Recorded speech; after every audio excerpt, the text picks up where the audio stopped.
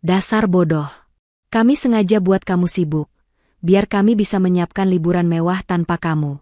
Suami meneleponku dari Kanada, tertawa terbahak-bahak bersama selingkuhannya dan ibu mertuaku. Mereka pikir aku hancur. Mereka salah. Saat itu juga, aku mulai merencanakan kejutan yang sebenarnya.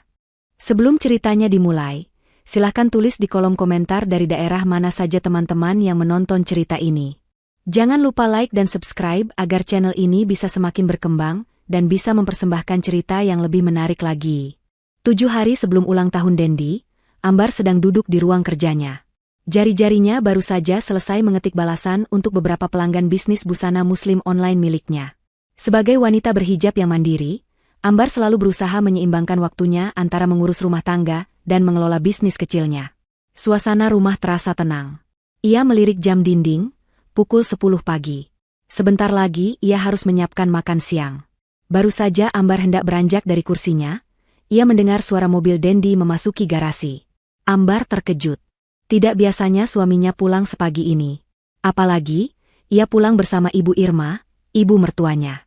Ambar segera merapikan hijabnya dan bergegas ke ruang tamu untuk menyambut mereka. Ia mencium tangan Dendi dan Ibu Irma dengan takzim, meskipun hatinya sedikit bertanya-tanya. Mas Dendi? Ibu, kok tumben jam segini sudah pulang? Apa ada masalah di kantor? Tanya Ambar lembut. Ibu Irma tertawa ringan, suara yang menurut Ambar selalu terdengar sedikit dibuat-buat. Ia duduk di sofa empuk ruang tamu tanpa dipersilakan, sementara Dendi langsung merebahkan diri di samping ibunya. Masalah apa, Ambar? Kami pulang karena ada hal penting yang mau dibicarakan, sahut Ibu Irma. Mata tuanya menatap Ambar dari atas ke bawah. Kamu kelihatannya santai sekali, ya? Bisnis online kamu lancar? Ambar tersenyum kaku. Alhamdulillah, Bu. Berkat doa ibu juga. Memangnya ada hal penting apa? Dendi yang sedari tadi diam, akhirnya membuka suara. Minggu depan, aku ulang tahun, Bar. Ambar mengangguk. Tentu saja ia ingat.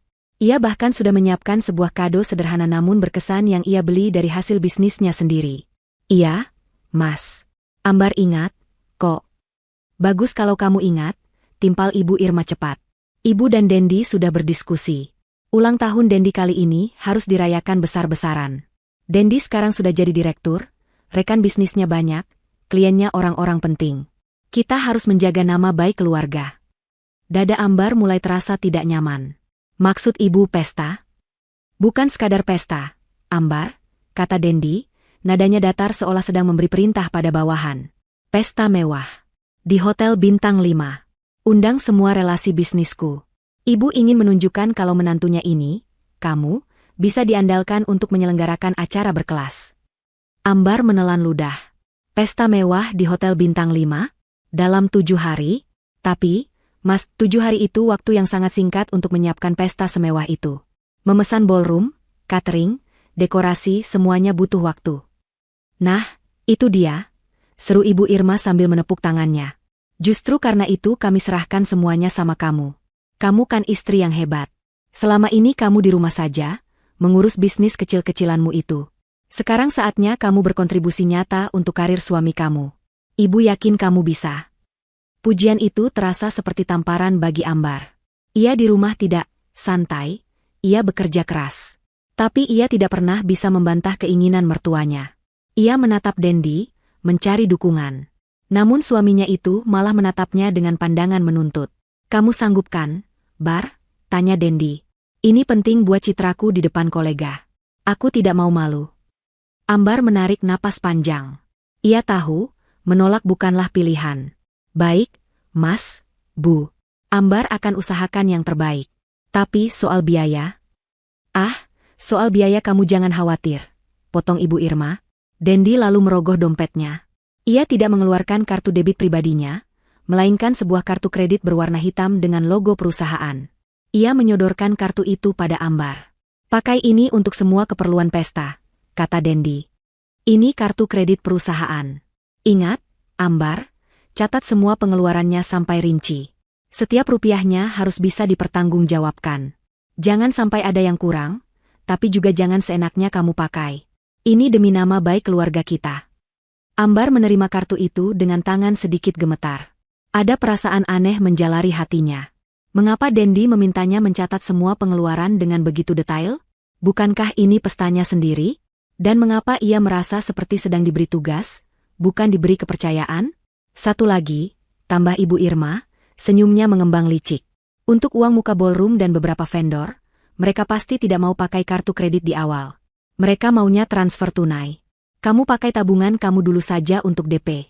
Nanti gampang, Dendi bisa ganti kalau urusan kantor sudah selesai. Ambar terdiam. Tabungannya adalah hasil jerih payahnya dari bisnis online. Uang itu ia kumpulkan untuk biaya renovasi rumah orang tuanya di kampung. Tapi melihat tatapan tajam Ibu Irma dan wajah Dendi yang seolah tidak mau dibantah, Ambar hanya bisa mengangguk pelan. Iya, Bu. Nanti Ambar pakai tabungan Ambar dulu untuk uang mukanya. Jawabnya lirih. Bagus. Memang kamu menantu idaman, seru Ibu Irma. Sudah ya, Dendi, ayo kita berangkat lagi. Kita biarkan Ambar bekerja. Ibu dan Mas Dendi ada urusan bisnis penting di luar kota. Mungkin baru bisa pulang pas hari haji jadi, semua 100% di tangan kamu ya, Bar. Dendi dan Ibu Irma bangkit berdiri. Mereka bahkan tidak minum air yang sudah Ambar siapkan. Mereka berjalan ke pintu depan dengan langkah ringan, seolah baru saja melepaskan beban yang sangat berat ke pundak Ambar. Ambar mengantar mereka sampai ke teras. Setelah mobil Dendi menghilang di tikungan jalan, Ambar masih berdiri mematung. Ia menatap kartu kredit di tangannya, lalu memikirkan tabungannya yang akan segera terkuras. Ia kembali ke ruang kerjanya, tapi bukan untuk mengurus bisnisnya. Ia membuka laptopnya dan mulai mencari daftar ballroom hotel bintang 5 di Jakarta. Pukul 10 pagi, dan maraton 7 hari Ambar baru saja dimulai. Ia mengabaikan perasaan tidak nyaman di hatinya, meyakinkan dirinya sendiri bahwa semua ini ia lakukan demi kebahagiaan suaminya. Hari-hari berikutnya terasa seperti neraka bagi Ambar. Waktu seolah berlari lebih cepat dari biasanya, sementara daftar pekerjaan yang harus ia selesaikan semakin panjang.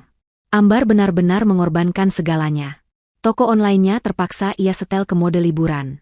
Beberapa pesanan yang sudah masuk terpaksa ia batalkan, membuat beberapa pelanggan kecewa. Tapi ia tidak punya pilihan. Hari pertama, H6, Ambar fokus mencari ballroom hotel.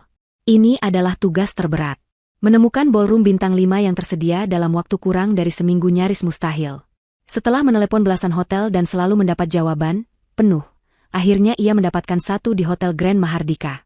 Harganya selangit, dan manajer hotel yang angkuh hanya mau mengamankan tanggal jika uang muka 50% dibayar hari itu juga. Tanpa pikir panjang, Ambar mentransfer hampir seluruh isi tabungannya. Uang yang ia kumpulkan sedikit demi sedikit selama 2 tahun, ludes dalam sekejap. Ia memegang dadanya yang terasa sesak, namun ia tepis perasaan itu. Ini demi Dendi. Hari kedua, H5, adalah urusan catering. Dendi dan Ibu Irma sudah memberi daftar menu yang sangat spesifik. Mereka ingin hidangan fine dining bergaya Eropa, namun Ambar harus memastikan semuanya 100% halal. Ia juga harus berdebat alot dengan manajer catering. Maaf, Bu Ambar, kata manajer catering itu. Paket luxury kami biasanya sudah termasuk wine dan champagne untuk toast. Ambar menggeleng tegas. Hijabnya yang rapi ia benahi. Tidak, Pak. Saya tidak mau ada minuman beralkohol dalam bentuk apapun di pesta ini. Suami dan mertua saya mengundang banyak rekan penting, dan kami semua muslim. Saya hanya mau jus buah segar, mocktail non-alkohol, teh, kopi, dan air mineral berkualitas tinggi. Semua daging juga harus jelas sertifikat halalnya. Manajer itu terlihat sedikit kecewa karena tidak bisa menjual paket termahalnya, namun Ambar tidak peduli. Setelah negosiasi panjang, kesepakatan tercapai. Lagi-lagi, Ambar harus membayar uang muka dari sisa tabungannya yang sudah menipis. Hari ketiga dan keempat, H4 dan H3, Ambar mengurus dekorasi, hiburan, dan undangan. Ia berlari dari satu vendor ke vendor lain. Ia harus memastikan tema dekorasi, modern gold, sesuai keinginan Ibu Irma, memesan live band yang memainkan musik jazz instrumental, dan mencetak serta mengirim ratusan undangan digital dalam waktu singkat. Tubuh Ambar mulai protes. Kepalanya pusing karena kurang tidur. Matanya perih karena terus-menerus menatap layar laptop dan ponsel. Ia sering lupa makan. Ia hanya mengganjal perutnya dengan roti, sambil menyetir mobil sendirian ke sana kemari. Setiap malam, Dendi atau Ibu Irma akan menelepon.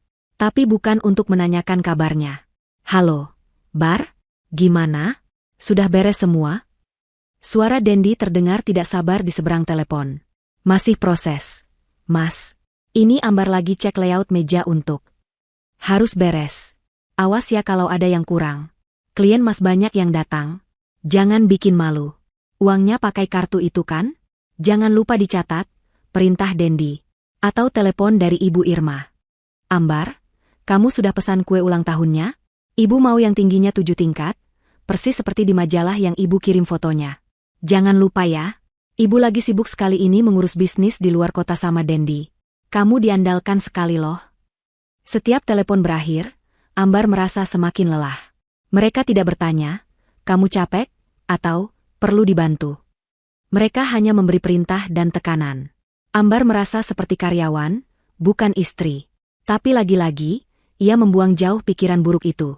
Pada hari kelima, H2, Ambar sedang berada di kantor vendor catering untuk finalisasi menu dan pembayaran lunas menggunakan kartu kredit perusahaan yang diberikan Dendi. Ia bertemu dengan Pak Budi, pemilik catering yang ternyata cukup ramah. Saat sedang menandatangani berkas, Pak Budi berbasa-basi. Bu Ambar ini luar biasa ya. Menyiapkan pesta semegah ini sendirian. Suami dan mertuanya pasti bangga sekali. Ambar tersenyum tipis. Terima kasih, Pak. Ini juga arahan dari mertua saya. Pak Budi tertawa kecil. Iya, Ibu Irma memang seleranya tinggi. Saya salut. Minggu lalu beliau juga memesan paket private dining VVIP di tempat saya. Spesial sekali. Ambar mengangkat wajahnya. Oh ya? Untuk acara apa, Pak? Katanya untuk penerbangan. Menunya menu first class untuk perjalanan jauh. Kalau tidak salah, tujuannya ke Kanada. Wah, hebat sekali ya. Klien bisnisnya sampai diuruskan begitu, kata Pak Budi dengan polos. Jantung Ambar berdebar sedikit kencang. Kanada? Bukankah Ibu Irma dan Dendi bilang mereka sibuk bisnis di luar kota? Kenapa memesan makanan untuk penerbangan ke Kanada? Mungkin untuk kliennya, Pak, kata Ambar, mencoba menenangkan dirinya sendiri. Oh, tentu saja, Bu. Pasti untuk klien penting, sahut Pak Budi tanpa curiga. Ambar menyelesaikan administrasinya dengan pikiran kalut. Malam itu, ia memberanikan diri menelepon Ibu Irma. Perasaannya tidak enak. Halo, Bu? Ada apa lagi, Ambar? Ibu baru saja mau istirahat, sahut Ibu Irma dengan nada ketus. Maaf, Bu. Ambar cuma mau tanya. Tadi Ambar ketemu Pak Budi dari catering. Katanya ibu pesan makanan untuk penerbangan ke Kanada. Apa itu untuk klien, Bu? Terdengar tawa keras dan mengejek dari seberang telepon. Ya ampun, Ambar. Kamu ini ada-ada saja. Tentu saja untuk klien VVIP-nya Dendi. Masa ibu yang pergi? Kamu ini jangan banyak pikiran aneh-aneh. Pikiran kamu itu dipakai untuk mengurus pesta saja. Jangan sampai gagal. Panggilan itu langsung ditutup oleh Ibu Irma. Ambar terdiam memegang ponselnya. Ia merasa bodoh. Tentu saja untuk klien. Mana mungkin Dendi dan Ibu Irma pergi ke Kanada tanpa memberitahunya? Ia menyalahkan dirinya sendiri. Pasti ia terlalu lelah sehingga pikirannya jadi negatif. Ambar menarik napas dalam-dalam. Fokus, Ambar. Tinggal 2 hari lagi. Semua harus sempurna, gumamnya pada diri sendiri. Ia kembali bekerja, mengabaikan rasa lelah dan firasat buruk yang mulai menggerogoti hatinya. Ia harus membuat Dendi bangga. Pagi di hari ulang tahun Dendi. Pukul 9 pagi. Ambar berdiri di tengah ballroom Hotel Grand Mahardika. Matanya yang lelah menatap sekeliling dengan sisa-sisa rasa bangga. Semuanya sempurna. Benar-benar sempurna. Tema, Modern Gold, yang diminta Ibu Irma terwujud dengan megah. Kain-kain satin berwarna emas dan putih gading menjuntai anggun dari langit-langit yang tinggi. Di setiap meja bundar, rangkaian bunga lili putih dan mawar emas pucat dirangkai dengan presisi. Karpet merah tebal tergelar dari pintu masuk utama menuju panggung kecil, tempat live band jazz sedang melakukan pengecekan suara terakhir. Alunan saksofon yang lembut terdengar samar, menguji akustik ruangan. Di sudut kanan, kue ulang tahun 7 tingkat berdiri kokoh, persis seperti foto majalah yang dikirim Ibu Irma. Di sudut lain, tim catering halal yang ia pilih dengan susah payah sedang menata buffet fine dining. Aroma rosemary roasted lamb dan truffle pasta yang lezat mulai menguar, bercampur dengan wangi bunga segar. Ambar merapikan hijab sutra berwarna krem yang ia kenakan. Ia memakai gaun terbaiknya, yang ironisnya adalah salah satu desain dari lini bisnisnya yang ia siapkan untuk Idul Fitri tahun depan. Gaun itu ia pakai bukan untuk merayakan, tapi lebih seperti seragam kerja. Tubuhnya terasa remuk. Ia tidak tidur nyaris 30 jam, memastikan setiap detail kecil terpasang dengan benar. Wajahnya di balik riasan tipis terlihat pucat dan cekung. Ia melirik jam tangannya. Pukul 9:15. Para tamu undangan, ratusan kolega bisnis penting Dendi, akan mulai berdatangan pukul 10 pagi untuk acara brunch mewah ini. Tapi Dendi dan Ibu Irma belum juga terlihat. Mereka bilang akan pulang dari luar kota pagi ini dan langsung menuju hotel. Ambar mengambil ponselnya. Ia menekan nomor Dendi. Panggilan itu tersambung, namun tidak diangkat. Hanya nada dering. Ia mencoba lagi. Masih sama. Hatinya mulai sedikit resah. Ia beralih menelepon Ibu Irma. Nomor mertuanya itu malah tidak aktif. Mungkin masih di jalan. Gumamnya pada diri sendiri, mencoba positif. Pasti macet. Ia berjalan ke arah tim catering, mengecek sekali lagi apakah jus buah yang disajikan benar-benar segar tanpa tambahan gula, sesuai permintaannya. Ia menyapa manajer ballroom, memastikan pendingin ruangan disetel dalam suhu yang nyaman. Semua orang memujinya. Persiapan Ibu Ambar luar biasa, kata mereka. Ambar hanya tersenyum tipis. Pukul 9:30. Kegelisahan Ambar mulai berubah menjadi kepanikan kecil. Tamu undangan pertama bisa muncul kapan saja. Apa yang harus ia katakan jika yang berulang tahun belum hadir? Ia kembali menelepon Dendi. Kali ini dengan jari yang sedikit gemetar. Dering pertama. Dering kedua. Dering ketiga. Halo? Ambar menghela napas lega yang teramat sangat. Mas. Alhamdulillah. Kamu di mana? Ibu mana? Pestanya sudah siap 100%. Mas. Semuanya cantik sekali. Kamu pasti suka. Tamu sebentar lagi. Suara Ambar terhenti. Yang menjawabnya bukan suara lega Dendi. Yang ia dengar adalah suara tawa yang riuh di seberang sana. Suara tawa yang sangat ia kenali, tawa melengking Ibu Irma. Dan ada satu lagi, tawa wanita lain yang manja dan asing. Tawa itu terdengar begitu dekat dengan ponsel. Mas, panggil Ambar lagi, bingung. Tawa itu mereda, lalu ia mendengar suara Dendi. Suaranya dingin, datar, dan penuh cemoohan. Jauh berbeda dari suara suaminya. Pestanya, kata Dendi. Nada suaranya mengejek. Pestanya kamu nikmati saja sendiri, ya?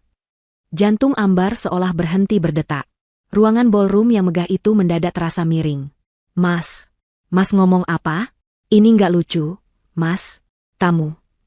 Dasar bodoh. Suara Dendi tiba-tiba meninggi, penuh kebencian. Kamu benar-benar bodoh, Ambar. Kami sengaja buat kamu sibuk.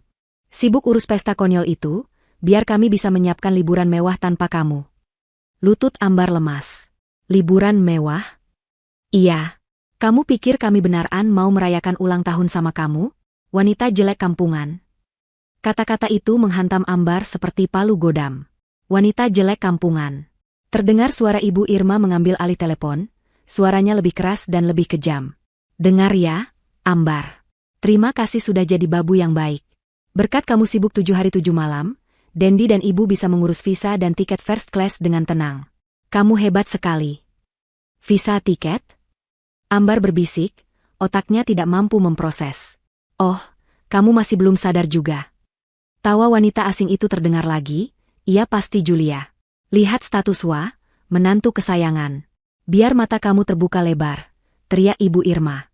Panggilan itu ditutup. Ponsel di tangan Ambar terasa sangat berat. Tangannya gemetar hebat. Ia hampir tidak bisa mengendalikan jarinya untuk membuka aplikasi WhatsApp. Dengan pandangan kabur karena air mata yang mulai menggenang, ia membuka lingkaran hijau di kontak Dendi. Status pertama, sebuah foto. Dendi, Ibu Irma, dan seorang wanita cantik yang tidak ia kenali, berambut panjang tergerai dan berpakaian sangat modis. Wanita itu pasti Julia. Mereka bertiga tersenyum lebar ke kamera. Dendi merangkul pinggang Julia dengan mesra. Ibu Irma mengacungkan 2 jari tanda, PH. Latar belakangnya adalah papan keberangkatan internasional di bandara. Status kedua, sebuah video pendek. Mereka berada di dalam kabin first class pesawat. Ibu Irma dan Julia sedang bersulang, bukan dengan jus, tapi dengan gelas sampanye yang berdesis. Untuk kebebasan, seru Ibu Irma, lalu mereka tertawa terbahak-bahak. Status ketiga, foto terakhir, yang paling menyakitkan. Mereka bertiga berselfie. Dendi di tengah, mencium pipi Julia. Ibu Irma tersenyum bangga di samping mereka. Di belakang mereka, Terlihat jelas papan penunjuk arah bertuliskan, Welcome to Toronto Pearson International Airport. Kanada. Catering untuk klien VVIP ke Kanada. Penerbangan ke Kanada. Semua kepingan puzzle itu menghantam Ambar sekaligus. Telepon Ibu Irma yang tertawa mengejek saat ia bertanya. Permintaan Dendi untuk mencatat semua pengeluaran kartu kredit perusahaan dengan detail, bukan untuk transparansi, tapi untuk mengalihkan perhatiannya. Agar Ambar sibuk mengurus pengeluaran puluhan juta, sementara Dendi bisa dengan leluasa menggesek kartu yang lain untuk pengeluaran ratusan juta. Mereka tidak pernah sibuk bisnis di luar kota. Mereka sibuk mengurus liburan impian mereka. Dan ia adalah kambing hitam yang sempurna. Si, istri bodoh, yang terlalu polos, yang rela mengorbankan tabungannya, waktu tidurnya, dan bisnisnya, hanya untuk menyiapkan panggung bagi tawa mereka. Ambar masih berdiri mematung di tengah ballroom. Manajer hotel berjalan ke arahnya dengan senyum profesional. Ibu Ambar, 5 menit lagi kita buka pintunya. Apa sudah siap? Ambar menatap pria itu.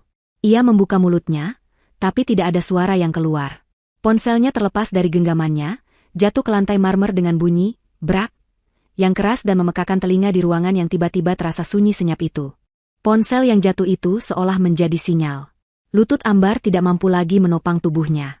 Ia ambruk. Tepat di atas karpet merah yang seharusnya ia langkahi bersama Dendi, ia jatuh terduduk, lalu terkulai ke lantai marmer yang dingin. Manajer hotel terkejut. Ibu Ambar. Ibu tidak apa-apa. Staf catering dan anggota band berhenti dari aktivitas mereka. Semua mata kini tertuju pada wanita berhijab yang menangis terseduh-seduh di tengah kemewahan pestanya sendiri. Ambar tidak peduli. Ia tidak peduli pada tatapan iba, bingung, atau kaget dari orang-orang di sekitarnya. Rasa sakit di hatinya terlalu besar. Penghinaan itu terlalu dalam. Ia memeluk lututnya, dan tangisnya meledak. Bukan tangisan diam, tapi tangisan yang meraung, yang keluar dari dasar paru-parunya. Ia menangisi kebodohannya. Ia menangisi tabungannya yang ludes untuk orang-orang yang menertawakannya. Ia menangisi bisnisnya yang ia korbankan. Ia menangisi 7 hari tanpa tidur yang ia lalui sendirian. Ia menangisi kata-kata, wanita jelek kampungan, yang terus terngiang di telinganya. Setiap pujian palsu dari Ibu Irma, kamu menantu idaman, kini terasa seperti sayatan pisau. Setiap perintah Dendi, jangan bikin malu, kini terasa seperti cambukan. Mereka telah merencanakannya. Mereka merencanakan ini semua dengan sangat rinci. Mereka menjadikannya bahan tertawaan. Seorang pelayan wanita mencoba mendekat, menawarkan segelas air putih. Ibu tenang, Bu. Ambar menggelengkan kepalanya dengan keras. Ia tidak butuh ketenangan. Ia butuh meluapkan semua ini. Rasa lelah fisik dan mental yang ia tahan selama seminggu kini bercampur dengan racun pengkhianatan, menciptakan badai emosi yang menghancurkannya dari dalam. Ia menangis di sana, di lantai itu, selama hampir 1 jam. Para staf hotel hanya bisa berdiri canggung di kejauhan, berbisik-bisik. Manajer hotel sudah paham, pesta ini tidak akan terjadi. Akhirnya, air matanya kering. Yang tersisa hanyalah rasa hampa yang dingin dan tenggorokan yang perih. Ia masih duduk di lantai, menatap kosong pada kue 7 tingkat di depannya. Kue itu tampak konyol. Semua dekorasi emas itu tampak norak dan murahan. Semua ini adalah palsu. Sama palsunya dengan pernikahan dan keluarganya. Perlahan, rasa hampa itu mulai terisi oleh sesuatu yang lain. Sesuatu yang baru. Sesuatu yang panas dan membara. Itu dimulai dari ujung jarinya yang dingin, merambat naik lengannya, lalu memenuhi dadanya yang terasa sesak. Itu adalah kemarahan. Bukan kemarahan yang meledak-ledak, tapi kemarahan yang dingin, tajam, dan fokus. Bagaimana mereka berani? Bagaimana Dendi berani menggunakan uangnya untuk membawa wanita lain? Ambar terdiam. Uangnya? Sebuah ingatan muncul. Ingatan yang sudah lama ia kubur demi menjaga kehormatan suaminya. Perusahaan Dendi. Perusahaan yang kini ia bangga-banggakan itu. Perusahaan itu dimulai 5 tahun lalu, setahun setelah mereka menikah. Modalnya dari mana? Modalnya adalah uang warisan Ambar dari almarhum kakeknya. Dendi meminjamnya, dengan janji manis akan menjadikannya rekan bisnis. Tapi seiring berjalannya waktu, nama Ambar tidak pernah muncul di akta perusahaan. Dendi selalu bilang, nanti, Bar. Urusan administrasi itu rumit. Kamu percaya saja sama Mas. Dan Ambar, sebagai istri yang baik, percaya. Dan rumah yang mereka tinggali. Ambar ingat ayahnya menjual sebidang tanah warisan untuk membantunya membayar uang muka rumah mewah itu. Biar kamu nggak direndahkan mertuamu, nak, kata ayahnya waktu itu. Tapi lagi-lagi, nama Dendi yang tercantum sendirian di sertifikat. Alasannya, biar gampang urusan bar. Ambar mengepalkan tangannya. Dasar bodoh, bisik Dendi di telepon tadi. Ya, bisik Ambar pada dirinya sendiri. Aku memang bodoh. Tapi tidak lagi. Dengan gerakan yang kaku, Ambar berdiri. Gaunnya kusut. Riasannya luntur total. Tapi tatapan matanya sudah berubah. Tidak ada lagi kelembutan atau kepolosan di sana. Yang ada hanya baja. Ia berjalan melewati para staf yang menatapnya. Ia tidak mengatakan apa-apa. Ia berjalan lurus ke kamar kecil VIP yang disediakan untuknya. Ia mengunci pintu. Ia menatap pantulan dirinya di cermin besar. Seorang wanita yang hancur. Merah, bengkak, kacau. Wanita jelek kampungan, ejeknya pada bayangannya sendiri. Kemudian, ia membuka keran. Ia membasuh wajahnya dengan kasar. Menghapus semua sisa riasan, sisa air mata, dan sisa kepatuhan. Ia mengambil tisu, mengeringkan wajahnya. Ia membenahi hijabnya yang berantakan, menariknya kencang dan rapi. Ia menatap bayangannya sekali lagi. Wajahnya pucat, tapi matanya menyala. Wanita yang balas menatapnya kini bukanlah Ambar si istri penurut. Ini adalah Ambar Wulandari, wanita yang baru saja kehilangan segalanya, dan karena itu, ia tidak takut lagi kehilangan apapun. Ia keluar dari kamar kecil. Langkahnya tegap. Ia mengambil ponselnya yang retak dari lantai. Ajaibnya, layarnya masih menyala. Ia mengabaikan puluhan notifikasi WhatsApp. Ia membuka daftar kontaknya. Ia berhenti sejenak, lalu menekan sebuah nama. Halo? Selamat pagi, Pak Notaris Danu, sapanya. Suaranya serak, tapi stabil dan dingin. Iya, pagi, Bu Ambar. Ada apa ya? Bukankah hari ini? Pestanya batal. Pak, potong Ambar dengan cepat. Saya perlu bantuan Anda. Segera. Hari ini juga. Saya tahu ini hari H, tapi ini darurat. Saya perlu Anda memeriksa beberapa dokumen. Dokumen warisan kakek saya, bukti transfer modal awal perusahaan suami saya, dan bukti transfer uang muka rumah. Saya rasa, suami saya telah melakukan penyelewengan dana besar-besaran. Ada jeda di seberang sana. Bu Ambar, ini tuduhan serius. Saya tahu. Dan saya punya firasat. Dia menggunakan kartu kredit perusahaan untuk kepentingan pribadi yang sangat besar di luar negeri. Saya perlu Anda menghubungi Pak Bima dari Bank Sentosa. Segera. Saya akan kirimkan semua buktinya ke kantor Bapak sekarang juga. Ambar menutup telepon sebelum Pak Danu sempat menjawab. Manajer hotel kembali menghampirinya, wajahnya penuh kebingungan. Ibu Ambar, jadi bagaimana ini? Tamu-tamu sudah ada yang menunggu di lobi. Ambar menatap lurus ke mata manajer itu. Batalkan pestanya, katanya dengan suara tegas yang bahkan mengejutkan dirinya sendiri. Kirim semua makanan ini ke panti asuhan terdekat. Saya tidak mau ada makanan terbuang. Tapi, Bu, biayanya? Tagih semua biayanya. Ke kantor Tuan Dendi. PT. Dendi Jaya Perkasa. Ini, Ambar menyerahkan kartu kredit perusahaan yang ada di dompetnya. Ini kartu utamanya. Saya yakin limitnya masih cukup untuk menutupi semua ini. Jika tidak, hubungi pengacara saya. Ambar tidak menunggu jawaban. Ia berbalik, berjalan lurus melewati kue 7 tingkat yang konyol itu, melintasi karpet merah, dan keluar dari ballroom mewah yang seharusnya menjadi saksi kebahagiaannya. Ia berjalan keluar dari lobi hotel, tidak memedulikan tatapan tamu-tamu yang kebingungan. Maratonnya sudah selesai. Sekarang, perang baru saja dimulai. Ambar tidak pulang ke rumah mewah yang terasa seperti sangkar emas itu. Instingnya menyuruhnya pergi ke tempat yang aman. Ia mengemudikan mobilnya, yang juga dibeli atas nama Dendi, menuju sebuah rumah kecil di pinggir kota. Rumah peninggalan orang tuanya, tempat ia tumbuh besar, yang kini kosong namun terawat. Disinilah ia menyimpan semua dokumen pribadinya, semua kenangan dan bukti masa lalunya, jauh dari jangkauan Ibu Irma. Setelah memarkir mobil di garasi yang berdebu, ia masuk ke dalam rumah yang sunyi. Ia tidak menyalakan lampu, hanya membiarkan cahaya pagi menembus jendela. Ia langsung menuju kamar tidurnya yang lama, dan membuka lemari kayu jati. Di bagian bawah, di dalam sebuah kotak besi tua yang terkunci, ia menyimpan arsip hidupnya. Dengan tangan yang kini stabil, ia membuka kunci itu. Di dalamnya ada map-map yang tertata rapi. Ia menarik keluar sebuah map plastik berwarna biru. Isinya, surat perjanjian tidak resmi yang ia ketik sendiri 5 tahun lalu, ditandatangani olehnya dan Dendi di atas meterai. Isinya menyatakan bahwa Ambar, sebagai pemodal utama, telah mentransfer sejumlah besar uang, warisan dari kakeknya, sebagai modal awal 100% untuk pendirian PT Dendi Jaya Perkasa.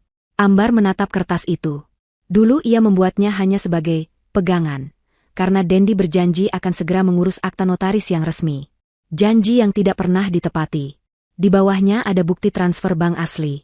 Ia mengambil map kedua, berwarna merah. Isinya adalah salinan sertifikat tanah milik ayahnya yang telah dijual, dan bukti transfer puluhan persen dari hasil penjualan itu ke rekening Dendi, dengan catatan DP rumah. Inilah amunisinya. Ia mengumpulkan semua itu, memasukkannya ke dalam tas, lalu bergegas menuju kantor notaris Danu. Pak Danu adalah sahabat lama almarhum ayahnya, seorang pria parubaya yang terkenal jujur dan tegas. Ambar tiba di kantor notaris itu setengah jam kemudian. Ia tidak perlu menunggu. Pak Danu, yang telah mendengar nada darurat di telepon Ambar, langsung menemuinya di ruang rapat pribadi. Ambar, apa yang terjadi? Wajahmu. Pak Danu menatapnya dengan cemas. Saya tidak apa-apa, Om, kata Ambar. Ia menggunakan panggilan masa kecilnya, menunjukkan keseriusan. Saya hanya baru saja sadar. Ia meletakkan semua dokumen di atas meja mahoni yang mengilap. Tolong, Om. Periksa ini semua. Saya butuh bantuan hukum, Om.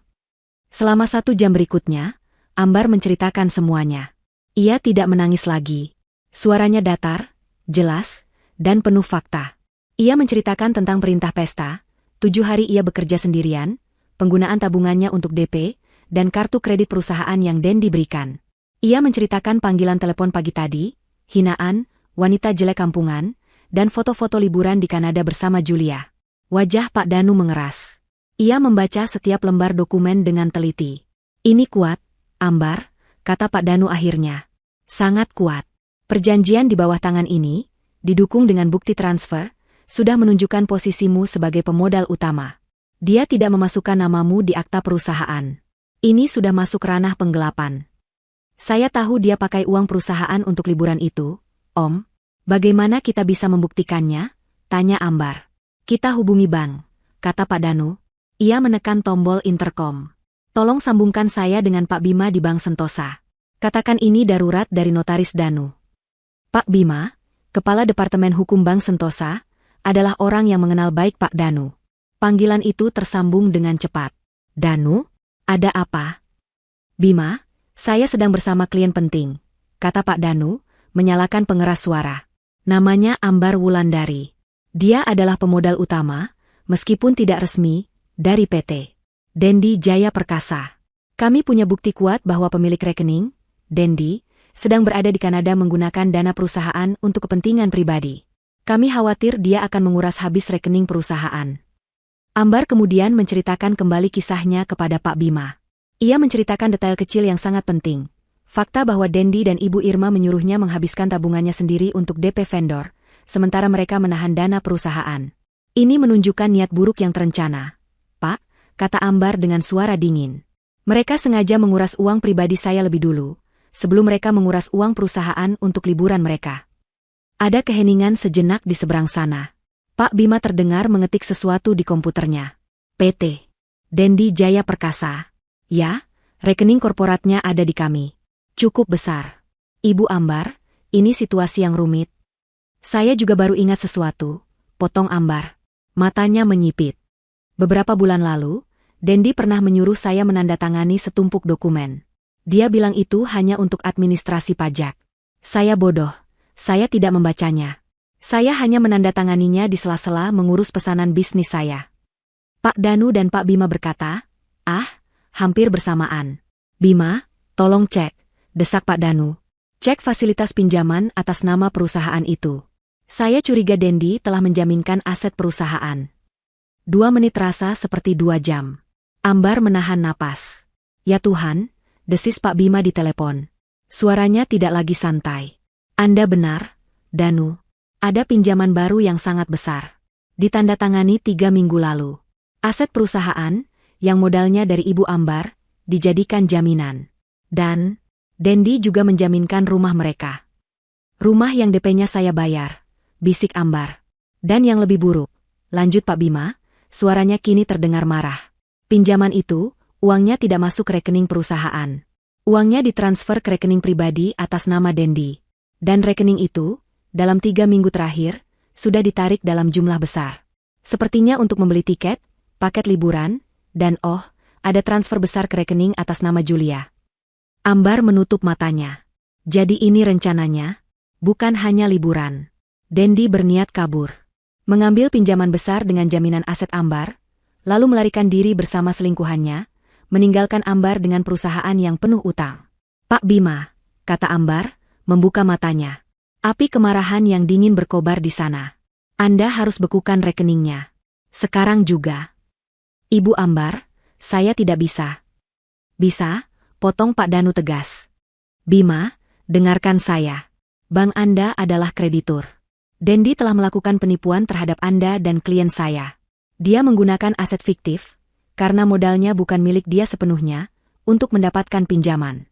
Dan dia jelas-jelas melarikan diri dengan uang pinjaman itu. Bank Anda punya kepentingan hukum untuk menghentikan ini sekarang juga, sebelum uang Anda ludes. Saya akan segera ajukan surat perintah pembekuan darurat ke pengadilan niaga, tapi Anda bisa melakukan internal hold atas dasar dugaan aktivitas penipuan. Segera? Ada jeda panjang. Pak Bima jelas sedang berpikir keras. Kepentingannya kini sejajar dengan Ambar. Jika Dendi kabur, bannya yang akan rugi besar. Baik, kata Pak Bima akhirnya. Saya akan instruksikan pembekuan internal sementara atas nama PT Dendi Jaya Perkasa dan semua rekening pribadi terkait, atas dasar dugaan penipuan korporat. Termasuk rekening Nyonya Irma dan Nona Julia yang menerima aliran dana. Saya beri Anda waktu 24 jam untuk menyerahkan surat perintah pengadilan yang resmi, Danu.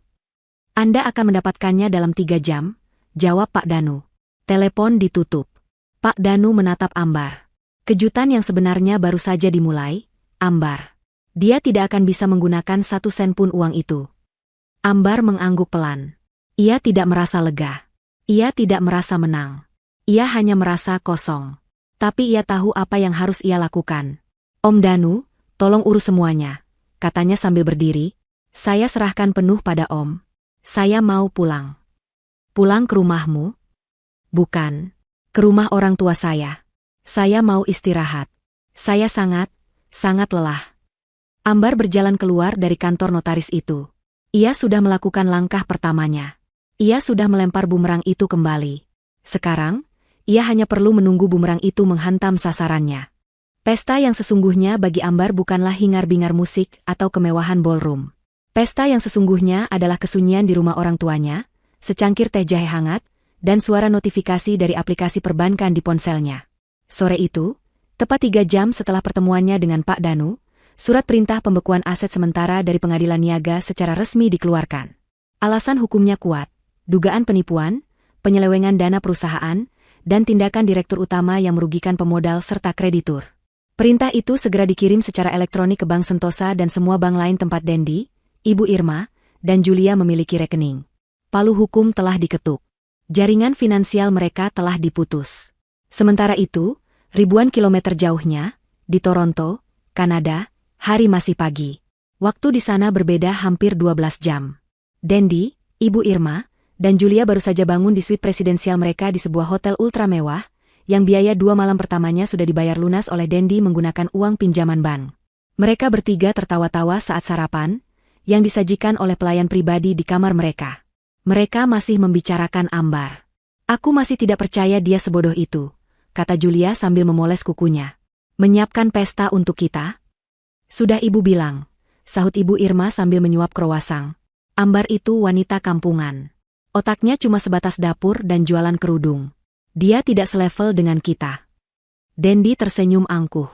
Ia merasa seperti raja. Ia telah berhasil menyingkirkan istri membosankannya, mendapatkan pinjaman besar, dan kini ia siap memulai hidup baru yang gemerlap bersama Julia. Sudah, jangan bicarakan dia lagi. Dia masa lalu. Hari ini, kita belanja. Julia, tas yang kamu inginkan kemarin, kita beli hari ini. Ibu, mantel bulu yang Ibu tunjuk di majalah, kita beli juga. Anggap ini perayaan ulang tahunku. 1 jam kemudian, mereka berjalan menyusuri Yorkville, area perbelanjaan paling mewah di Toronto. Mereka melangkah masuk ke sebuah butik desainer ternama. Julia langsung berlari ke arah tas kulit berwarna merah ceri yang harganya lebih mahal dari mobil. "Mas, yang ini, aku mau yang ini," pekiknya manja. "Ambil saja," kata Dendi dengan sombong. Ia mengeluarkan kartu kredit hitam andalannya, kartu kredit pribadi yang ia dapat dari pinjaman bank. Mereka berjalan ke kasir. Dendi menyerahkan kartu itu dengan gaya angkuh. Kasir yang ramah mengambilnya, menggeseknya. Layar di mesin EDC berkedip. Lalu muncul tulisan, "Transaction declined." Kasir itu tersenyum sopan. "Maaf, Tuan. Sepertinya ada masalah. Boleh saya coba lagi?" Senyum Dendi sedikit kaku. "Tentu. Mungkin jaringannya." Kasir itu menggesek lagi. "Declined." "Maaf, Tuan," kata si kasir, senyumnya mulai luntur. "Kartu ini ditolak. Apa Anda punya kartu lain?" Wajah Dendi memerah. Di belakangnya, beberapa pelanggan lain mulai memperhatikan. Julia tampak kesal. Ibu Irma berdeham, cemas. "Tentu saja saya punya," desis Dendi. Ia merogoh dompetnya dan mengeluarkan kartu platinum lain. "Coba yang ini." Kasir itu menggeseknya. "Declined." "Apa-apaan ini?" bentak Dendi, kini benar-benar marah dan malu. "Pasti ada yang salah dengan sistem kalian." "Tuan, sistem kami baik-baik saja," kata manajer toko yang menghampiri mereka. "Mungkin ada masalah dengan bank Anda. Sebaiknya Anda menelepon mereka." Dengan wajah memerah karena malu, Dendi, Ibu Irma, dan Julia terpaksa berjalan keluar dari butik itu dengan tangan hampa. Tawa Julia sudah hilang, digantikan cemberut. "Mas Dendi, kok bisa gitu?" tanya Julia, nadanya menuntut. "Kamu bilang kamu kaya raya." "Sabar. Ini pasti cuma masalah teknis bank internasional," geram Dendi. Ia mencoba menutupi kepanikannya.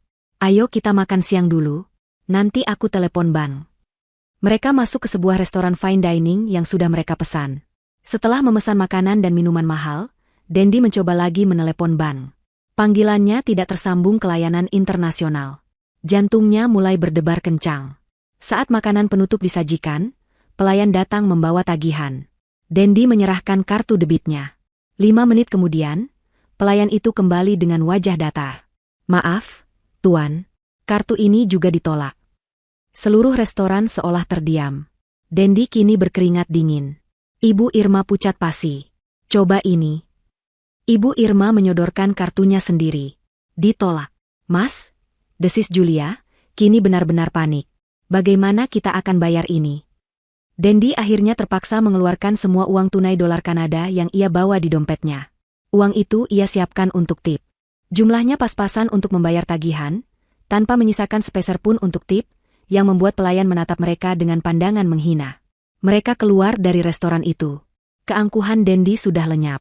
"Telepon bank sekarang, Dendi," perintah Ibu Irma, suaranya gemetar. Dendi akhirnya berhasil terhubung dengan layanan pelanggan Bank Sentosa, melalui panggilan roaming yang sangat mahal. Setelah menunggu 15 menit, seorang petugas menjawab. "Saya Dendi, pemilik rekening nomor sekian. Semua kartu saya ditolak. Apa yang terjadi?" Petugas itu terdengar dingin dan profesional. "Mohon tunggu, Pak Dendi."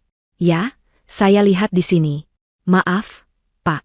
Seluruh aset Anda, rekening pribadi Anda, rekening atas nama Ibu Irma, dan rekening perusahaan Anda, semuanya telah dibekukan berdasarkan Surat Perintah Pengadilan Niaga Nomor 102 PDTG 2025 PN Niaga Jakarta PST, atas dugaan penipuan dan penyelewengan dana."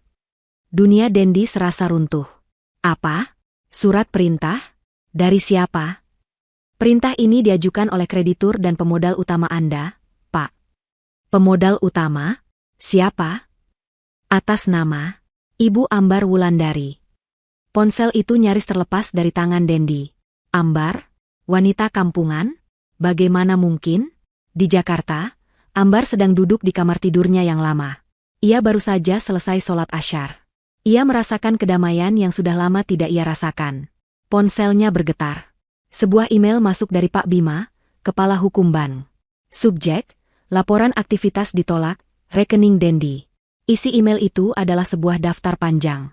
Transaksi $15 di butik Chanel, ditolak. Transaksi $8,500 di butik Louis Vuitton, ditolak. Transaksi $1,200 di restoran Le Jardin, ditolak. Upaya penarikan tunai $2 di ATM Scotiabank, ditolak. Upaya penarikan tunai $2 di ATM RBC, ditolak. Ambar membaca daftar kegagalan suaminya itu satu persatu. Ia membayangkan wajah panik Dendi, wajah murka Ibu Irma, dan wajah kecewa Julia. Sebuah senyuman tipis, yang dingin namun sangat puas, tersungging di bibirnya. Ia menutup email itu. Ia lalu membuka laptop lamanya dan masuk ke akun toko online busana muslim miliknya. Ia mengubah status toko dari liburan menjadi aktif. Ia mulai menjawab pertanyaan pelanggan yang tertunda. Pesta pembalasannya baru saja dimulai. Dan ia menikmatinya. Telepon itu masih menempel di telinga Dendi, lama setelah panggilan terputus. Suara dingin petugas bank itu terngiang-ngiang. Dibekukan atas perintah Ibu Ambar Wulandari. Wajah Dendi yang tadi memerah karena malu, kini pucat pasi seperti mayat. Ia menatap Ibu Irma dan Julia, yang juga menatapnya dengan bingung. "Mas? Dendi? Ada apa?" tanya Julia, suaranya mulai terdengar jengkel. "Kenapa kamu diam saja? Ayo kita pergi dari sini." "Dendi," desak Ibu Irma. Firasat buruk mulai menjalari hatinya. "Apa kata Ban?" Dendi menurunkan tangannya perlahan. Matanya kosong. "Dibekukan," bisiknya. "Apa yang dibekukan?" tanya Ibu Irma, tidak sabar. "Semuanya." Dendi tiba-tiba berteriak. Ia berteriak begitu keras di jalanan Yorkville yang mewah itu, membuat beberapa pejalan kaki menoleh kaget. Semua rekening, kartu kredit, rekening ibu, rekening Julia, semuanya dibekukan. Ibu Irma terhuyung. Ia harus berpegangan pada etalase toko di belakangnya. Tidak mungkin. Siapa yang berani?" "Ambar," raung Dendi. Ia seperti binatang yang terluka. Perempuan kampungan itu. Ambar yang melakukannya. Julia tertawa. Tawa yang terdengar gugup dan tidak percaya. "Mas, kamu jangan bercanda. Mana mungkin Ambar? Perempuan berhijab yang lugu itu? Dia bahkan tidak tahu caranya mengurus bank. Kamu pasti salah dengar." "Aku tidak salah dengar," bentak Dendi, mencengkeram lengan Julia dengan keras. "Dia membekukan semuanya atas nama dia. Pemodal utama. Dia bilang dia pemodal utama." Cengkeraman Dendi terlalu keras, membuat Julia meringis kesakitan. "Lepas, Mas. Sakit. Apa maksudmu pemodal utama?" Tapi Dendi tidak menjawab. Otaknya berputar cepat, mencoba mencerna sesuatu yang tidak masuk akal. Ambar. Warisan kakeknya.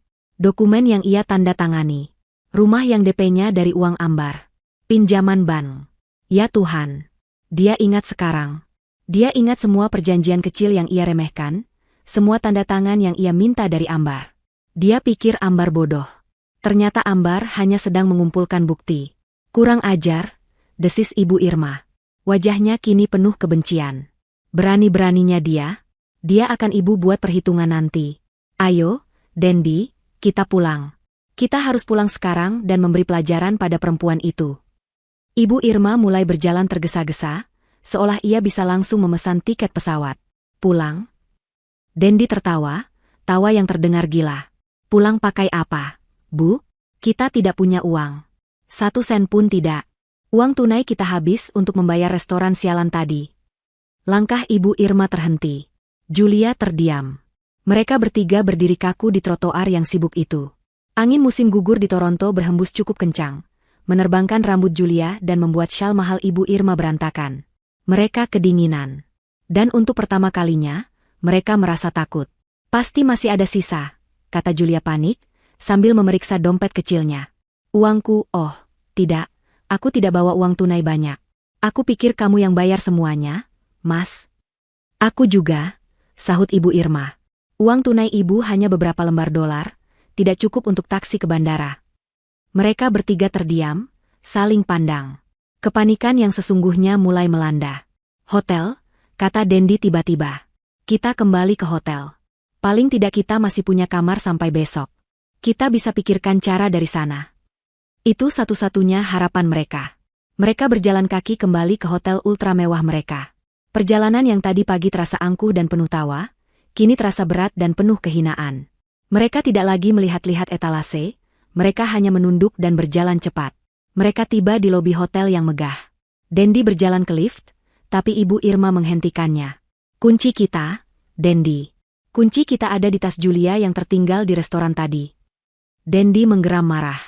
Ia berjalan ke meja resepsionis dengan langkah menghentak, berusaha terlihat tenang. Saya Dendi. Kamar Presidential Suite.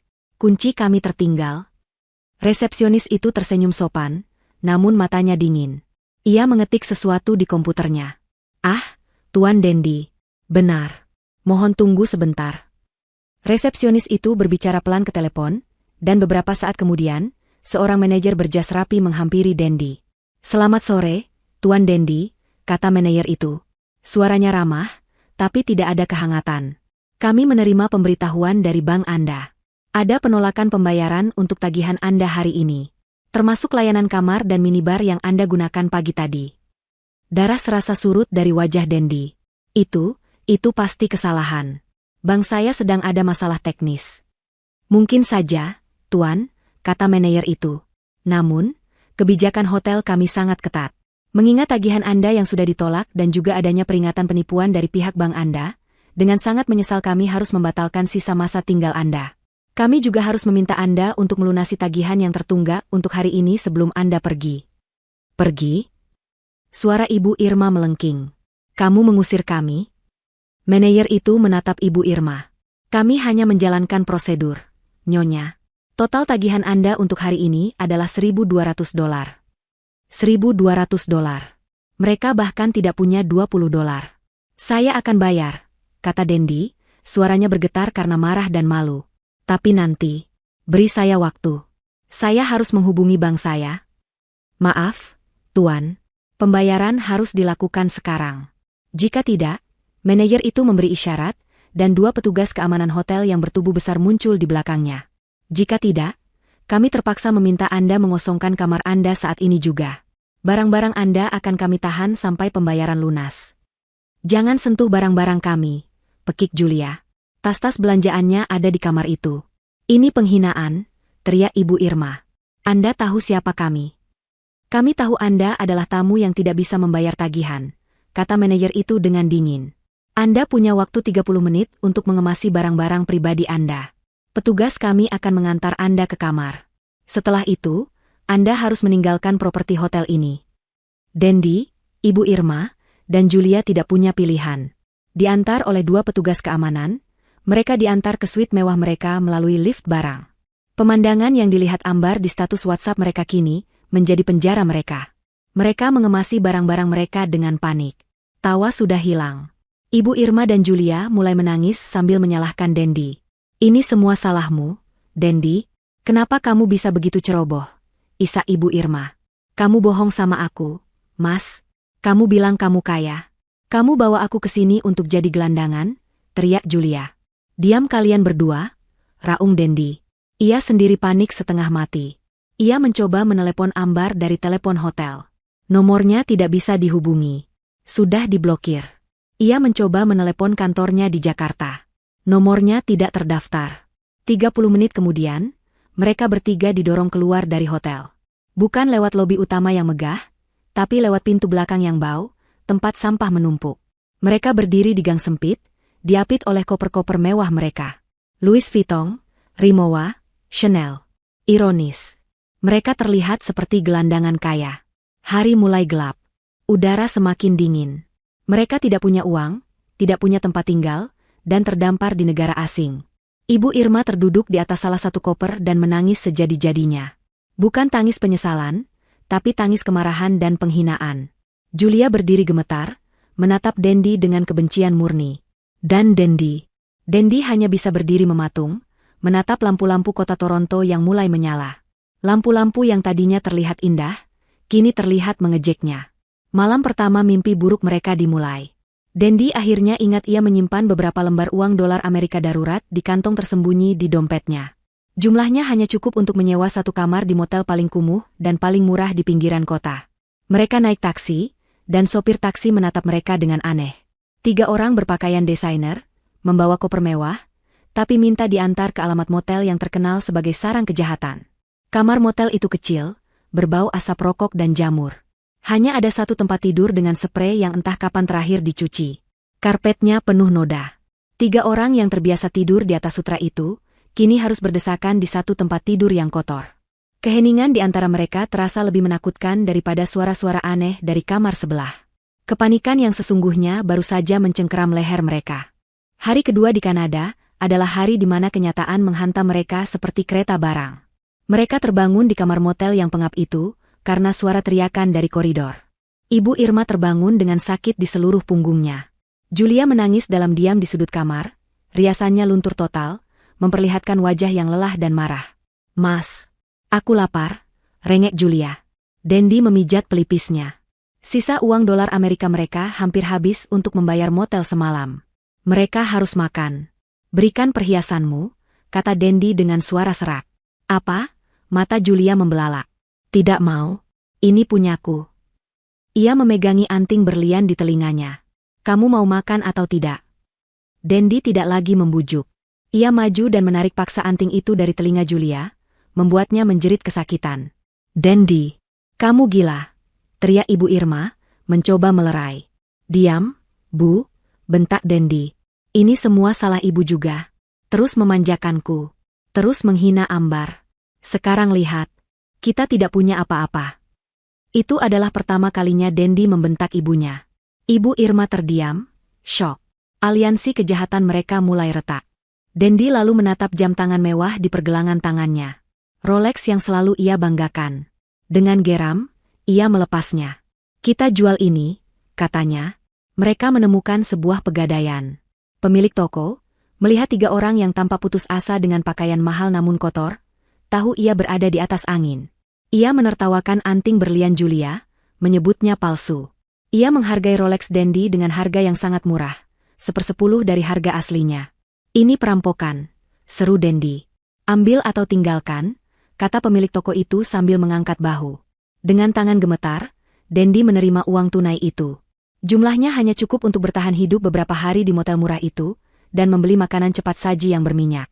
Hari-hari berikutnya terasa seperti di neraka. Uang hasil gadai itu mereka gunakan dengan sangat hemat. Mereka bertiga, yang terbiasa makan di restoran mahal, kini berbagi sekotak pizza murah di kamar motel mereka. Telepon genggam mereka sudah mati total. Paket roaming internasional mereka terputus, karena tagihannya tidak terbayar oleh kartu kredit yang diblokir. Mereka benar-benar terisolasi dari dunia. Tidak ada status WhatsApp lagi. Tidak ada media sosial. Tidak ada siapapun untuk dimintai tolong. Argumen di antara mereka menjadi menu sehari-hari. "Aku mau pulang," jerit Julia setiap beberapa jam sekali. "Kamu bilang kamu mencintaiku, Mas, tapi kamu membawaku ke neraka ini. Kalau saja kamu tidak merayunya, anakku tidak akan seperti ini," balas Ibu Irma, kebenciannya pada Julia kini terbuka. "Kamu perempuan penggoda, pembawa sial." "Oh ya? Anak ibu yang gatal?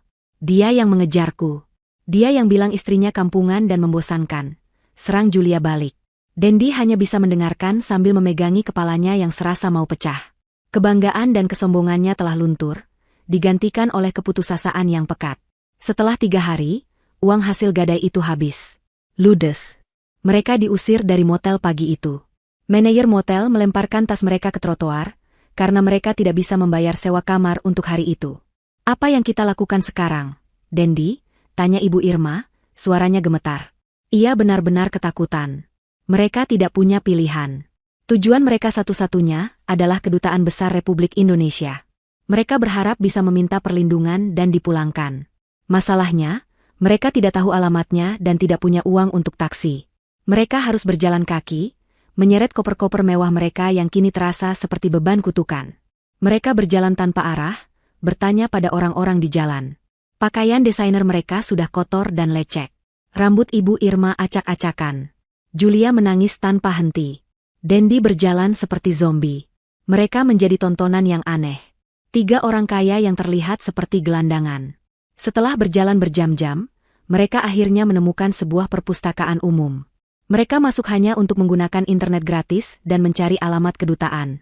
Alamatnya mereka dapatkan. Ternyata letaknya sangat jauh, di seberang kota. "Kita harus naik bus," kata Dendi. Mereka berjalan ke halte bus. Ketika bus datang, mereka naik sambil menyeret koper mereka. Sopir bus menatap mereka. Bayar. Dendi merogoh semua sakunya. Kosong. Ibu Irma juga. Julia menggeleng putus asa. Tidak ada uang? Turun, bentak sopir bus itu. Tolong, Pak. Kami dirampok. Kami harus ke kedutaan. Dendi mencoba memelas. Saya tidak peduli. Turun sekarang atau saya panggil polisi. Dengan penghinaan yang luar biasa, mereka bertiga didorong turun dari bus. Beberapa penumpang menertawakan mereka. Saat itulah langit mulai menangis. Hujan musim gugur yang dingin dan tajam mulai turun. Dalam hitungan menit, mereka basah kuyup. Mereka tidak punya payung. Mereka hanya bisa berdiri di trotoar, menggigil kedinginan. Air hujan bercampur dengan air mata Julia. Ibu Irma mulai batuk-batuk hebat. Pakaian sutra tipisnya menempel di badan, membuatnya menggigil hebat. Aku tidak kuat lagi. Dendi, rintik Ibu Irma, tubuhnya oleng. Dendi menatap ibunya, lalu menatap Julia yang histeris. Ia menatap koper-koper yang kini penuh dengan air hujan. Inikah akhirnya? Tiba-tiba, ia melihat sebuah telepon umum di seberang jalan. Sebuah harapan kecil muncul. Ia teringat nomor Ambar. Nomor yang sudah ia hafal di luar kepala.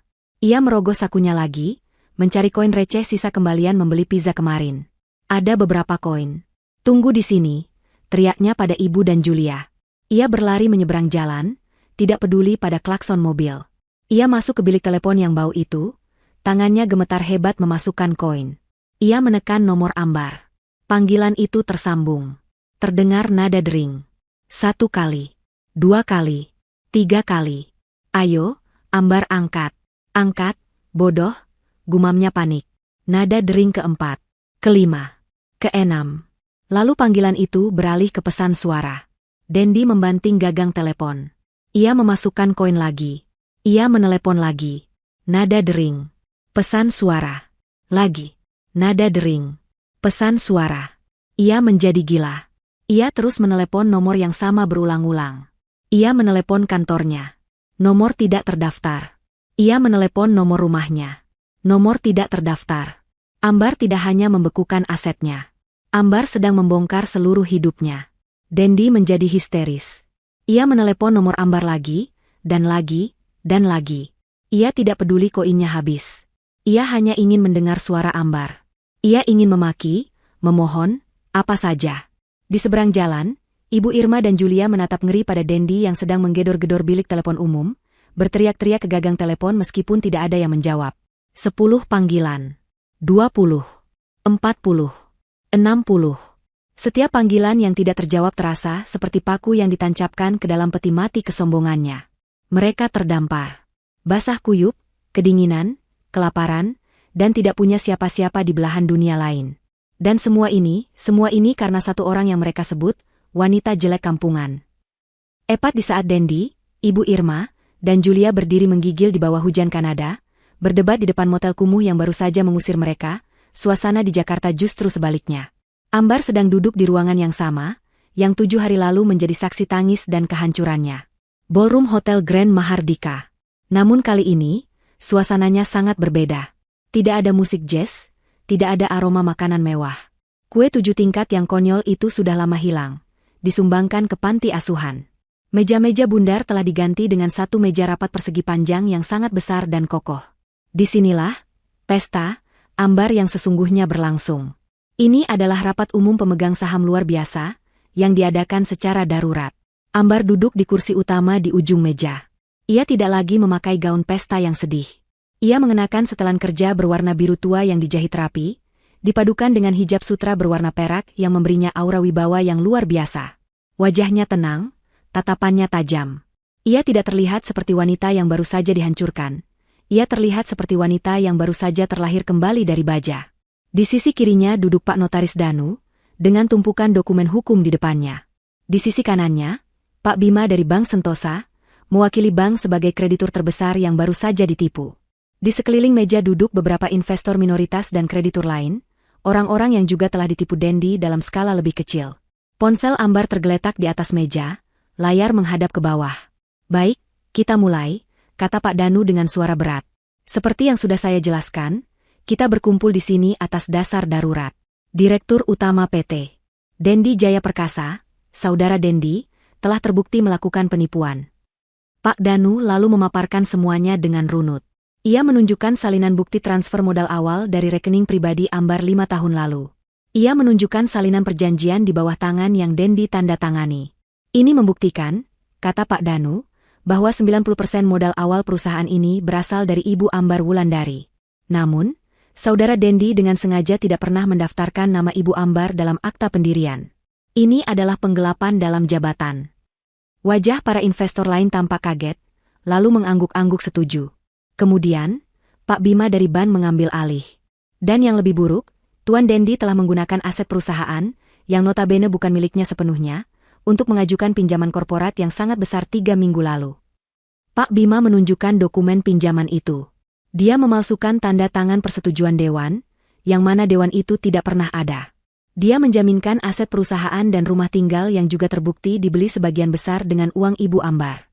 Uang pinjaman itu, Pak Bima berhenti sejenak. Suaranya terdengar geram, tidak masuk ke rekening perusahaan. Uang itu ia transfer ke rekening pribadinya, dan rekening seorang wanita bernama Julia. Dia lalu menggunakan uang itu untuk melarikan diri ke Kanada. Ruangan itu hening.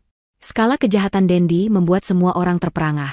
Dengan kata lain, Pak Bima menyimpulkan, perusahaan ini secara teknis bangkrut. Utangnya pada bank kami sangat besar, dan direkturnya telah kabur. Saat itulah, di tengah keheningan yang tegang, ponsel Ambar di atas meja mulai bergetar. Getarannya keras di atas permukaan kayu. BZZZT. BZZZT. BZZZT. Semua orang menoleh ke ponsel itu. Ambar meliriknya sekilas. Ia tahu siapa yang menelepon. Ia tahu itu adalah Dendi, yang panik di seberang dunia. Ambar tidak mengangkatnya. Ia hanya menatap Pak Bima. Lalu, apa solusi yang ditawarkan oleh pihak bank? Pak, tanyanya, suaranya tenang, seolah getaran ponsel itu tidak ada. Pak Bima terkesan dengan ketenangan Ambar. Bank tidak mau rugi. Kami bisa saja menyita seluruh aset perusahaan dan melelangnya. Tapi, ia menatap Ambar, itu akan menghancurkan perusahaan dan semua karyawan di dalamnya. Kami melihat di sini, Ibu Ambar adalah korban sekaligus pendiri. Bank mengusulkan restrukturisasi total. Ponsel Ambar berhenti bergetar. Hening sejenak. Lalu, BZZZT. BZZZT. BZZZT. Panggilan itu masuk lagi. Ambar tetap tidak bergeming. Restrukturisasi seperti apa? Pak Danu angkat bicara. Sesuai hukum, kami akan mengajukan gugatan pidana dan perdata pada saudara Dendi. Semua aset pribadinya yang tersisa akan disita. Dan yang terpenting, seluruh saham miliknya di perusahaan ini, yang ia peroleh secara ilegal menggunakan uang Ibu Ambar, akan dialihkan seluruhnya kepada Ibu Ambar Wulandari sebagai ganti rugi. Ponsel Ambar bergetar lagi. Dan lagi. Dan lagi. Getarannya seolah menjadi musik latar dari pengambil alihan kekuasaan ini. Getaran itu terdengar panik, putus asa. Salah satu investor minoritas bertanya, tapi bagaimana dengan utang bank yang ditinggalkan Dendi? Ambar akhirnya angkat bicara. Ini adalah momen yang ia tunggu. Saya yang akan mengambil alih utang itu, katanya. Semua mata menatapnya. Pak Bima mengangkat alis. Saya, lanjut Ambar, suaranya penuh percaya diri, akan menjalankan perusahaan ini. Saya yang memulainya dari nol bersama almarhum kakek saya, meskipun di balik layar. Saya tahu bisnis ini luar dalam. Saya akan melunasi utang itu kepada bank dalam waktu 2 tahun. Saya punya rencana bisnisnya. Ambar lalu mengeluarkan laptopnya, mempresentasikan rencana bisnis baru. Bukan tentang proyek-proyek fiktif Dendi, tapi tentang diversifikasi ke bisnis garmen dan busana muslim yang ia kuasai.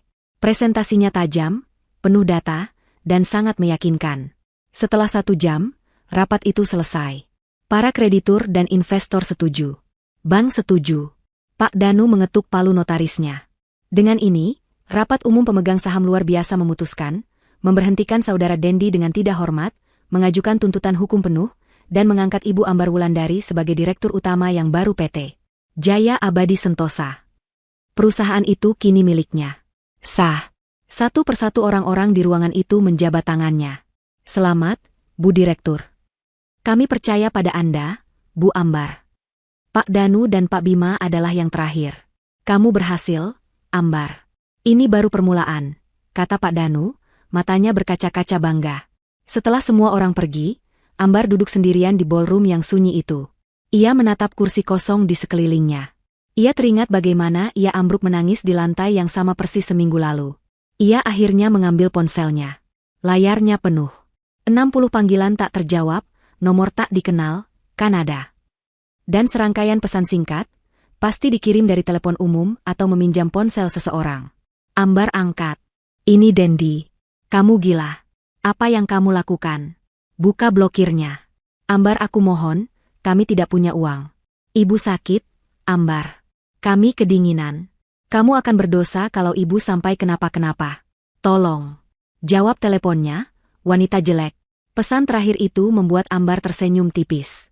Bahkan dalam keputusasaan, suaminya masih sempat menghinanya. Ia membaca semua pesan itu sekali lagi. Pesan dari pria yang menertawakannya, yang memanggilnya bodoh, yang berencana meninggalkannya dengan tumpukan utang. Jari-jari Ambar yang lentik bergerak di atas layar. Ia mengetik sebuah balasan singkat. Satu kalimat yang sudah ia siapkan sejak ia berdiri dari tangisnya. Ia menekan nomor telepon umum tempat Dendi meneleponnya tadi. Maaf, aku lagi sibuk. Ia menekan tombol kirim. Lalu, ia mematikan ponselnya, berdiri, dan berjalan keluar dari ballroom itu. Langkahnya ringan. Untuk pertama kalinya dalam bertahun-tahun, ia merasa bebas. Seminggu kemudian, sebuah pesawat ekonomi kelas terendah mendarat di Bandara Soekarno-Hatta pada tengah malam. Dari pintu kedatangan internasional, keluar 3 sosok yang sama sekali tidak bisa dikenali sebagai rombongan glamor yang berangkat seminggu lalu. Dendi, Ibu Irma, dan Julia. Mereka berhasil sampai ke Kedutaan Besar Republik Indonesia di Kanada setelah 2 hari berjalan kaki dan mengemis. Mereka diperlakukan sebagai gelandangan. Petugas kedutaan menatap mereka dengan curiga, namun tetap memproses mereka. Mereka diberi surat perjalanan laksana paspor, dokumen darurat pengganti paspor, dan pinjaman dana repatriasi untuk tiket pesawat paling murah. Pinjaman yang harus mereka bayar lunas kepada negara. Perjalanan pulang 24 jam itu adalah siksaan. Mereka duduk di kursi paling belakang, dekat toilet. Pakaian mereka kotor dan bau. Ibu Irma batuk tanpa henti, demamnya tinggi. Julia tidak lagi menangis, matanya kosong dan penuh kebencian. Dendi hanya diam, tatapannya hampa, keangkuhannya telah remuk menjadi debu. Mereka bertiga tidak saling bicara. Aliansi mereka telah hancur berkeping-keping.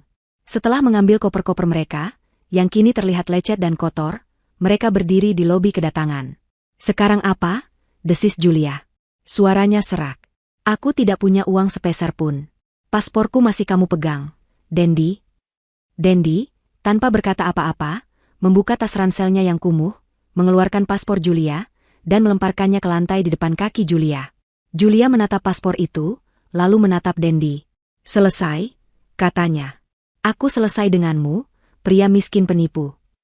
Julia mengambil paspornya. Ia tidak peduli dengan kopernya. Ia hanya ingin pergi. Ia berjalan cepat ke pintu keluar, menahan taksi pertama yang ia lihat, dan menghilang ke dalam kegelapan malam Jakarta, meninggalkan Dendi dan ibunya begitu saja. Kini tinggallah Dendi dan Ibu Irma. Ayo, Bu, kita pulang, kata Dendi lirih. Mereka menggunakan sisa uang terakhir dari pinjaman kedutaan untuk membayar taksi. Sepanjang perjalanan, Ibu Irma terus meracau. Ini salah perempuan itu. Ambar, dia harus membayar ini. Rumah kita masih punya rumah. Dendi, kita usir dia dari rumah kita. Dendi hanya diam. Ia tahu ini belum berakhir. Pesan singkat, maaf, aku lagi sibuk, dari Ambar terasa lebih menusuk daripada pisau. Taksi itu akhirnya tiba di kompleks perumahan mewah mereka. Fajar hampir menyingsing. Hujan gerimis baru saja reda, menyisakan udara yang dingin dan jalanan yang basah. Mereka turun dari taksi. Dendi berjalan ke gerbang hitam yang tinggi dan megah itu. Dendi, kenapa gerbangnya tertutup? Tanya Ibu Irma, suaranya gemetar. Dendi mencoba memasukkan kuncinya ke lubang kunci. Tidak pas. Ia mencoba lagi. Kuncinya tidak mau masuk. Gemboknya telah diganti. Buka pintunya. Dendi menggedor-gedor gerbang besi itu dengan panik. Lampu di pos satpam menyala. Tapi yang keluar bukanlah satpam tua yang biasa mereka sapa. Ini adalah satpam baru, lebih muda, tegap, dan memakai seragam perusahaan keamanan profesional. Maaf, Pak, ada yang bisa saya bantu? Tanya satpam itu dengan nada datar. Bantu? Saya pemilik rumah ini. Buka gerbangnya, teriak Dendi. Satpam itu menatap Dendi dan Ibu Irma dari atas ke bawah. melihat dua orang berantakan yang terlihat seperti gelandangan. Maaf, Pak. Bapak pasti salah alamat. Pemilik rumah ini adalah Ibu Ambar Wulandari. Ambar? Ibu Irma maju, wajahnya memerah karena marah dan demam. Saya ibunya Dendi. Saya mertuanya. Ini rumah anak saya. Kamu satpam baru ya? Tidak tahu sopan santun. Buka. Satpam itu tetap tenang. Maaf, Bu. Saya ada perintah jelas dari Ibu Ambar. Bahwa Tuan Dendi dan Nyonya Irma dilarang keras memasuki properti ini. Dilarang? Pekik Dendi. Ini rumah saya. Bukan lagi, Pak, kata satpam itu. Ia menunjuk sesuatu yang terpasang di pilar gerbang. Sebuah pelang baru yang berkilau, terbuat dari logam. Dendi dan Ibu Irma mendekat. Di bawah sinar lampu jalan yang temaram, mereka membaca tulisan di pelang itu. Rumah ini telah disita oleh Bank Sentosa. Aset kini di bawah kepemilikan penuh PT Jaya Abadi Sentosa. Direktur Utama, Ambar Wulandari. Kaki Ibu Irma lemas. Ia hampir jatuh jika Dendi tidak menahannya. Disita? Ambar? Direktur Utama? Semua bagian terakhir dari puzzle itu kini terpasang. Ambar tidak hanya membekukan rekening mereka. Ambar telah mengambil semuanya. Perusahaan, rumah, hidup mereka. Tidak, tidak. Ibu Irma mulai menjerit. Jeritan yang bukan lagi jeritan kemarahan, tapi jeritan kekalahan total. Hujan mulai turun lagi, kali ini lebih deras. Saat itulah, sebuah mobil sedan hitam yang elegan dan mengilap, mobil baru, berhenti tepat di depan mereka. Kaca jendelanya yang gelap turun perlahan. Di dalamnya, Ambar duduk di kursi penumpang. Ia tampak anggun. Hijabnya rapi, wajahnya tenang, dan ada senyum tipis yang damai di bibirnya. Ia baru saja pulang dari sholat subuh di masjid dekat kantor barunya. Dendi dan Ibu Irma menatapnya, basah kuyup, hina, dan hancur. Ambar. Dendi melangkah maju, tangannya terulur, suaranya memelas. Ambar, tolong itu Ibu, dia sakit. Ibu Irma hanya bisa menatap menantunya yang kampungan, itu dengan mata terbelalak, tidak bisa berkata apa-apa. Ambar menatap mereka berdua dalam diam selama beberapa detik. Tatapannya dingin, tidak ada lagi cinta, tapi juga tidak ada kebencian. Hanya ada keadilan. Ia memberi isyarat kecil pada sopirnya. Sopir itu turun, membuka bagasi mobil, dan mengeluarkan sebuah tas ransel butut yang sudah sangat kusam. Ransel yang dipakai Dendi saat pertama kali merantau ke Jakarta. Sopir itu melemparkan ransel itu ke trotoar yang basah di depan kaki Dendi. Itu sisa pakaian kalian yang bisa saya temukan, kata Ambar. Suaranya jernih dan tenang, terdengar jelas di antara derai hujan. Selebihnya, termasuk semua pakaian mewah ibu dan barang-barang Julia, sudah saya sumbangkan. Ambar menatap mata Dendi. Selamat menikmati hidup baru kalian. Kaca jendela mobil itu kembali naik dengan mulus. Mobil itu berbelok pelan, melewati gerbang yang dibukakan oleh satpam baru, dan masuk ke halaman rumah yang kini menjadi miliknya. Di luar gerbang, Dendi dan Ibu Irma ditinggalkan berdua di bawah hujan yang semakin deras. Dendi menatap ransel butut yang basah di kakinya. Ia menatap gerbang yang tertutup. Ia menatap ibunya. Dan saat itulah Ibu Irma akhirnya benar-benar hancur. Ia ambruk ke trotoar yang becek, memukul-mukul aspal dengan tangannya. Tidak, tidak. Kembalikan. Kembalikan semuanya. Amba Aa. Ibu Irma menjerit histeris, raungannya bercampur dengan suara hujan dan guntur. Dendi hanya bisa berdiri mematung, basah kuyup, menggigil, dan kosong. Karma telah melunasi tagihannya secara tunai.